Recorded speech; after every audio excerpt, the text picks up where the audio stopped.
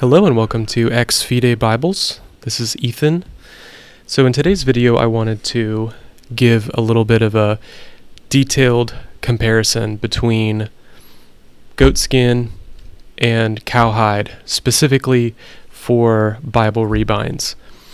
So when it comes to having a good understanding of the differences between these two leathers, one of the things that makes it very difficult to get a good understanding of these leathers and specifically their quality for the finished product you get when you get a Bible rebind, really, unfortunately, is factory Bibles and big Bible publishers that produce Bibles. That's really part of the core problem. So that problem lies in a lot of these big Bible publishers. Their top-line Bibles will most often be goatskin, and their lower quality Bibles will most often be a paste-down construction cowhide Bible.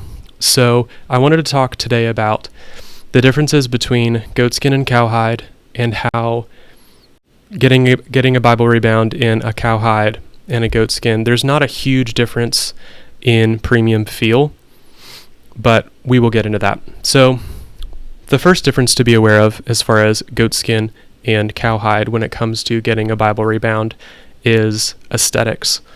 So goatskin, as you can see here, this is a Crossway Bible. This is a what's called an ESV Omega. And you can tell here that the goatskin on this Bible is very grainy looking. Okay, so you can feel this when you feel it. It feels pebbly and grainy, very grainy. And most goatskins will have that aesthetic look, just at different levels. So this is a very grainy goatskin, and a sully goatskin, which is what I most of the time use when I do my standard rebinds. A sully goatskin will have that graininess, but it won't be quite as extreme. So when it comes to goatskin versus cowhide, aesthetics are a big part to consider. So when you have a cowhide, now this of course is not a Bible. This is a leather cover, a leather journal cover. This is a veg tan leather that I got a number of years ago, and since I got this, I have dyed it, but in here you can kind of see the natural color of this leather. It's kind of a tan peach kind of color. So this leather compared to a goatskin, both of these covers are about the same age. So I got this around the same time I got this leather journal cover. And these two products have a lot of differences in terms of wear. So this right here on this cover is a wear mark that is from my use. You can very faintly see down the front of this cover because it is a natural leather. For a while I was using an elastic band to keep this leather cover closed, and that rubber band that was right here blocking UV rays from changing the color of the leather permanently made like a little stripe here. So as far as aesthetics go, a cowhide will most often be susceptible to small scratches and oils and liquids and such. So this goatskin Bible I think this was produced in about 2017, and as you can tell, as far as the front and the back of the leather goes, there's no visible wear. The only visible wear on this cover is on the imprinting of the spine. So you can see the imprinting of the spine has just worn away with use. So this Bible, being a high quality goatskin, really doesn't show any wear, while a natural cowhide leather like this does show wear. And it really just depends on what you find aesthetically pleasing. So personally, I think that the natural look of a leather that ages with you is very attractive. So if you want to get a rebind and you want a product that looks timeless and doesn't really change over time and kind of looks the same as when you first purchased it, a goatskin would be something to consider. And if you wanted something that has that timeless, aged, well-worn look of, a well-carried leather satchel, for example, a cowhide would be something to consider. A cowhide rebind would be something to consider. And I have a couple examples here. So I showed this panel in one of my other videos, and I wanted to take the opportunity to show it again. So this is a Badalassi Carlo waxy. The color is called tobacco.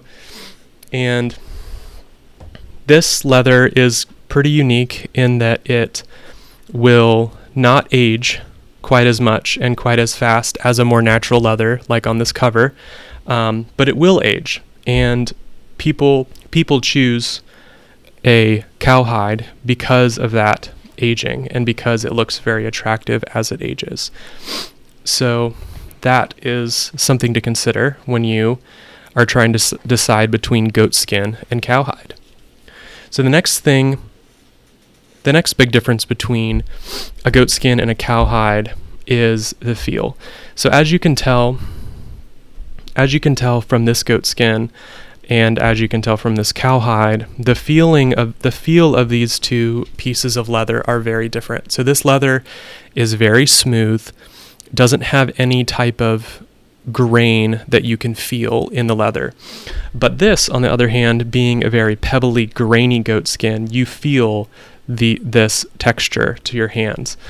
So the differences between goatskin and cowhide can be extreme, although there is grainy cowhide out there.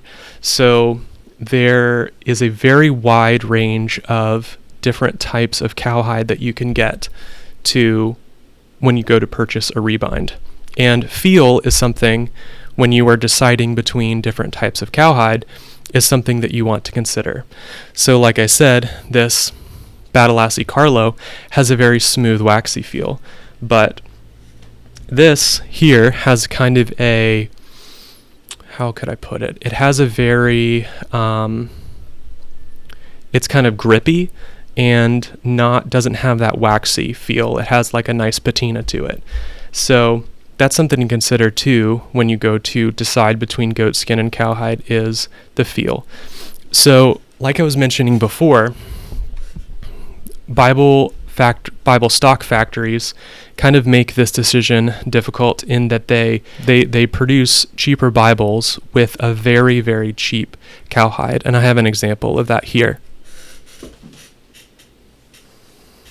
So this exact cover, so this is an ESV study Bible, as you can tell. This exact cover and color is not available anymore, but this is a good example of what I was talking about. So this Bible is advertised as a cowhide leather, and it is cowhide. It's not a synthetic or anything like that. But this is when I bought this new, it was a very cheap Bible. It was anywhere between, $40 and $60. And honestly, you can tell that this is a cheaper Bible. So you can tell that, the hubs here are imprinted and not raised or tooled. They're just printed on. But this is still a nice Bible as far as Bibles go. And it is, as a lot of cheap Bibles, this is a paste down liner, which when it comes to Bible rigidity and Bible strength, what you want ultimately is a tabbed liner, which all premium Bibles have. And that element of the Bible industry, how big Bible producers like Crossway, how they make cheaper Bibles in a cheap cowhide, kind of muddies the waters. But if you were going to purchase a rebind from me, you would be getting this premium construction. You would be getting a leather liner, a cowhide cover, and a tabbed construction. So as far as feel, And as far as construction goes, your Bible made out of a cowhide would be just as strong as the feel and construction of a goatskin Bible. So let's talk a little bit about wear. I kind of alluded to this in aesthetics, but really briefly. When deciding between goatskin and a cowhide, the wear of the leather is something to consider. And a goatskin will look new and pristine for longer, while a cowhide will age. A premium cowhide, constructed well, tanned well, dyed well, like all of the cowhides that I use, that leather will age noticeably, but gracefully, at the same time. So when you're going to decide between these two leathers, goatskin and cowhide, consider whether you want your Bible to look aged as you use it, or if you want your Bible to look pristine and kind of timeless in the way that, unchanging things are. So those are some things to consider when you go to decide between a goatskin and a cowhide. And as far as my preference goes between goatskin and cowhide, I will say that I've never owned a premium cowhide Bible, but I have owned a lot of goatskin Bibles, and I think I slightly personally lean towards goatskin, but the more I handle like a leather like Battle Lassie Carlo, and the more I look at other rebinders' work, the more I really, really like the cowhides that are out there. You can get a very, very unique product that is unlike anything factory produced in a cowhide. And as far as the factory premium Bibles go, the market is changing. There are a lot of Bible printers or Bible companies like Skylar who are doing more of a premium cowhide or a premium calfskin. So things are changing, which is great to see. I love seeing the Bible market evolve. So those are some of the difference between a goatskin and a cowhide when it comes to materials for your Bible rebind. So if you have any questions about these two, or you want me to elaborate any more on the differences between a goatskin cover and a cowhide cover, I would love to explain more in the comments or via direct message. So again, this is Ethan from exfidebibles, and if you are interested in a rebind, don't hesitate to reach out to me.